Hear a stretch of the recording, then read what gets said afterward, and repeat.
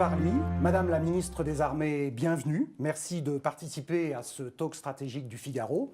Le 21 juin dernier, vous étiez nommé à l'hôtel de Brienne et vous nous disiez à l'époque que vous arriviez en quelque sorte en terrain inconnu ou presque. 5 mois plus tard, est-ce que vous avez le sentiment d'avoir trouvé vos marques au ministère des Armées ? Bien, depuis 5 mois, j'ai beaucoup labouré le terrain, comme on dit, puisque, au fond, ma méthode est toujours un peu la même. Je vais d'abord au contact pour écouter, pour comprendre, pour me faire mon opinion, et puis pour pouvoir ensuite avancer et travailler. Alors depuis 5 mois, j'ai fait beaucoup de déplacements, j'ai fait une trentaine de déplacements dans les forces, dans toutes les armées.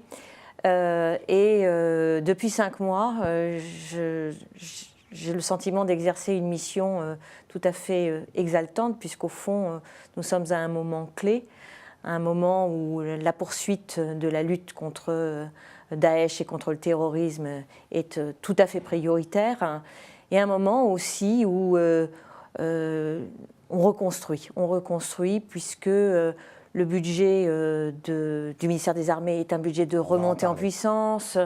On reconstruit ou on construit, puisque l'Europe de la défense est en phase extrêmement dynamique en ce moment. Donc il y a énormément de projets qui sont extrêmement intéressants, importants et structurants pour l'avenir. Et puis surtout, la préparation de la loi de programmation militaire nous occupe beaucoup, puisque c'est au fond les armées à l'horizon 2025 et 2030 qu'il faut penser. Dans l'actualité, il y a l'affaire Weinstein et ses répercussions mondiales qui ont levé le voile sur le harcèlement sexuel dont sont trop souvent victimes les femmes. Les armées, de ce point de vue-là, n'ont pas une excellente réputation. Est-ce une réputation usurpée? Quelle est la situation? Faut-il être plus vigilant pour prévenir et pour sanctionner ces atteintes? Alors d'abord, il faut se féliciter de ce qui se passe. C'est un mouvement qui ne connaît pas les frontières, c'est une vague de fond puissante qui permet enfin la libération de la parole dans un domaine qui est souvent intime et douloureux pour les femmes, auquel je suis évidemment très sensible comme ministre des Armées et évidemment, bien sûr, comme femme. Alors l'armée n'est pas à l'abri de toute critique. Et pour ce qui me concerne, il n'y a qu'un seul mot d'ordre, c'est celui de tolérance zéro. Alors beaucoup de choses ont été initiées depuis quelque temps dans ce domaine. Exactement. Donc une cellule a été mise en place qui est indépendante du commandement et qui permet aux personnes qui s'estiment victimes de ce type de comportement de pouvoir en parler d'abord, d'être écoutées, d'être suivies, de pouvoir être soutenues pour pouvoir porter plainte et qui sont accompagnées, y compris jusque dans la relation avec le commandement. Bien sûr, une responsabilité forte existe du côté du commandement et une sensibilisation très forte de l'ensemble des personnels a été engagée, d'abord sur les personnels militaires, et cette action de formation tous azimuts maintenant se déploie y compris sur l'ensemble des personnels civils. Et c'est donc notre objectif à très court terme, c'est de permettre que l'ensemble des personnels du ministère, qu'ils soient militaires ou civils, aient été formés à la prévention de ces actes de harcèlement. Je retiens votre message, tolérance zéro dans les armées. Absolument. Au Levant, la défaite de Daesh se profile. Mais beaucoup de questions se posent pour l'après. Il y a quelques semaines, vous aviez fait quelques bruits avec une déclaration qui disait « Si les djihadistes périssent à Raqqa, tant mieux ». Mais se pose le problème des femmes et des enfants.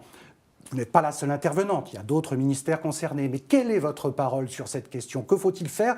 Et d'abord peut-être un petit rappel des chiffres sur ces djihadistes français au Levant. Alors, les chiffres sont de l'ordre de 700 personnes, 700 adultes. Environ la moitié, un peu moins de la moitié sont des femmes. S'y ajoutent 500 enfants, grosso modo, là ce sont des ordres de grandeur. La moitié d'entre eux sont des enfants qui sont nés sur place, donc très jeunes. En ce qui concerne les flux, aujourd'hui les flux aller, c'est-à-dire vers cette zone de combat, sont quasiment inexistants, et en sens inverse, les flux de retour sont extrêmement faibles également. Alors, les prisonniers, puisque c'est ça la question, lorsque ces prisonniers sont faits en Irak, les choses sont extrêmement simples, ils sont pris en charge et judiciarisés en Irak. Lorsqu'il s'agit d'enfants, comme le président de la République l'a rappelé, c'est un traitement au cas par cas. Là où c'est plus complexe, c'est lorsque les choses se passent en territoire syrien, puisqu'il n'y a pas de gouvernance clairement établie partout. Et donc, la procédure consiste à signaler au Comité international de la Croix-Rouge la présence de ces personnes, afin que le Comité international de la Croix-Rouge en assure le suivi. Pour les hommes, les djihadistes qui rentreraient en France, ils sont bien sûr passibles d'action en justice. Naturellement, tout retour en France de la part de ces djihadistes fait l'objet d'une procédure judiciaire et ils sont pris en charge immédiatement à leur retour. Madame Parly, dans quelques semaines, nous allons marquer le 5e anniversaire de l'opération Serval au Mali. L'opération Barkhane, qui a pris le relais de Serval, se trouve confronté à un certain nombre de difficultés assez sérieuses avec le déplacement de la menace djihadiste vers la boucle élargie du Niger et proche des centres névralgiques du Mali. Que faut-il faire? C'est un défi énorme. Que faut-il faire? Est-ce qu'il faut changer de méthode? Quelle est votre parole sur ce Alors la sur situation est effectivement évolutive et il existe aujourd'hui une dynamique forte, positive, autour de la création de la force conjointe du G5 Sahel. Donc l'opération Barkhane demeure autant qu'il sera nécessaire. Barkhane à la fois appuie les forces de la MINUSMA, assure la formation des forces armées maliennes, et Barkhane désormais appuie la montée en puissance de cette force conjointe du G5 Sahel, qui est une initiative qui a été prise par les États des zones concernées et qui finalement sanctionne une prise de conscience très forte et qui a été marquée notamment au sommet de Dakar, où les pays africains ont conscience que les questions de sécurité les concernent très directement et qu'ils doivent aussi les prendre en main.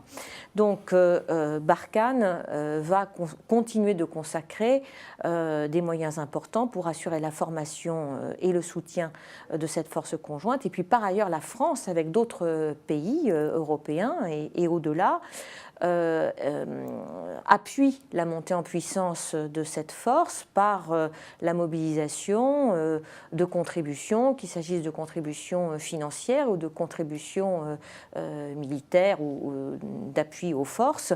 Et donc une conférence aura lieu mi-décembre pour essayer d'obtenir une augmentation de cette contribution. Les Américains ont accordé 60 millions de dollars à cette force conjointe. L'Union européenne a accordé une contribution de 50 millions d'euros. C'est encore insuffisant pour faire face à la totalité des besoins de cette force. Et donc, nous sommes très actifs pour pouvoir permettre à cette force d'être pleinement opérationnelle d'ici la fin du premier trimestre 2018. Pour ce qui concerne la force militaire française Barkhane, on est toujours dans une logique d'adaptation à cette menace, pas vers une remise en cause de notre présence militaire dans la région. Pour l'instant, la force Barkhane reste présente dans la région et la force Barkhane cherche à démultiplier en quelque sorte sa présence et son efficacité en permettant la montée en puissance de cette force conjointe G5 Sahel qui sera donc complémentaire à la force Barkhane. Il y a évidemment un dossier qui vous a beaucoup occupé, c'est le dossier du budget. Le Parlement vient de voter en première lecture un budget qui va se traduire en 2018 par une augmentation d'1,8 milliard, une augmentation que vous avez qualifiée d'historique, me semble-t-il. Vous savez que néanmoins persiste une petite musique et aussi des interrogations sur la réalité de cette augmentation, tant en 2017, qu'il faut boucler, avec toujours 700 millions de crédits qui ont été gelés, et puis en 2018, avec un certain nombre de questions dont j'aimerais bien que nous parlions, la solidarité interministérielle pour le financement des opérations extérieures, qui est une part importante, et puis aussi ce qu'on appelle le report de charges, c'est-à-dire ce boulet que le budget des armées traîne d'année en année et qui pèse environ 3 milliards d'euros et qui est de nature à grever ou à créer, comme disent les spécialistes, une encoche dans la trajectoire qui doit nous mener vers les 2% du PIB. Comment est-ce qu'on peut détailler, d'abord peut-être sur 2017 et 2018 ? Alors moi, je voudrais d'abord en revenir à quelques faits. Le premier fait, c'est qu'au cours des 15 dernières années, le budget des armées a été soumis à une très forte pression de réduction de ses moyens, tant en humains qu'en termes de crédits budgétaires. Et cette diminution s'est produite au moment où l'engagement militaire n'a cessé de croître. Il y a donc ce qu'on appelle un effet de ciseau. Cet effet de ciseau, le président Macron a souhaité y mettre un terme. Et c'est tout le sens des décisions qui ont été prises au cours des derniers mois, qui consistent à permettre à ce budget de remonter en puissance, et pas seulement sur l'exercice 2018, sur lequel le Parlement est en train de voter aujourd'hui, mais aussi sur le moyen et sur le long terme, puisque nous travaillons à une loi de programmation militaire qui permettra de s'appuyer sur la période 2018-2022 sur une très forte remontée des crédits, c'est de l'ordre de 1,7 milliard d'euros supplémentaires chaque année, et puis une cible qui est en 2025, celle qui consiste à consacrer 2% du PIB à l'effort de défense. Donc voilà les faits.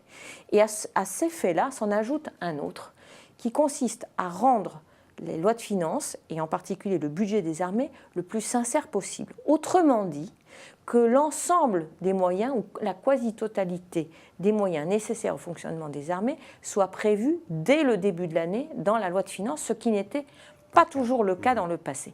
Ce qui fait qu'en 2018, par exemple, nous disposerons d'une provision beaucoup plus importante pour faire face aux opérations extérieures que ce n'était le cas précédemment. Donc voilà le sens des choses que nous faisons. Alors, on ne peut pas tout rétablir en un jour, et en particulier l'exercice 2017 a été un exercice assez complexe à gérer, puisqu'il y avait un certain nombre de trous dans ce budget, en particulier sur les opérations extérieures, et que par ailleurs, il n'y avait pas de trous que dans le budget des armées, mais également dans d'autres budgets. Il a aussi fallu faire face à un certain nombre d'impasses budgétaires, et le budget des armées a été appelé, comme tous les autres, à faire preuve de solidarité pour permettre de réaliser un objectif qui est l'objectif de la France, qui concerne tout le gouvernement, tout notre pays, qui est le respect de cet objectif de 3% de déficit par rapport au PIB. Donc, nous sommes en train de remédier à une situation qui était loin d'être idéale, par une meilleure sincérisation du budget et surtout par une très forte croissance des moyens à partir de 2018 et sur les années suivantes. Et pour l'exercice 2017, je suis en train, encore en ce moment même, de dialoguer avec Bercy afin de pouvoir résoudre les quelques problèmes qui restent encore pendant. Alors, y compris ces 700 millions que j'imagine vous espérez bien pouvoir récupérer. Les 700 millions d'euros qui sont encore gelés, mais nous avons obtenu il y a quelques semaines le dégel d'1,2 milliard d'euros, donc c'est tout à fait conséquent. Et puis par ailleurs, le collectif budgétaire qui sera voté dans quelques semaines prévoit la couverture des besoins supplémentaires du ministère des Armées pour faire face au surcoût des opérations extérieures. Et nous bénéficierons de la solidarité du gouvernement et des autres budgets pour cela. Donc il faut aussi voir les éléments extrêmement positifs qui ont été le résultat des décisions prises par le gouvernement, par le Premier ministre et le Président de la République au cours de ces derniers jours. Madame Parly, merci. Merci.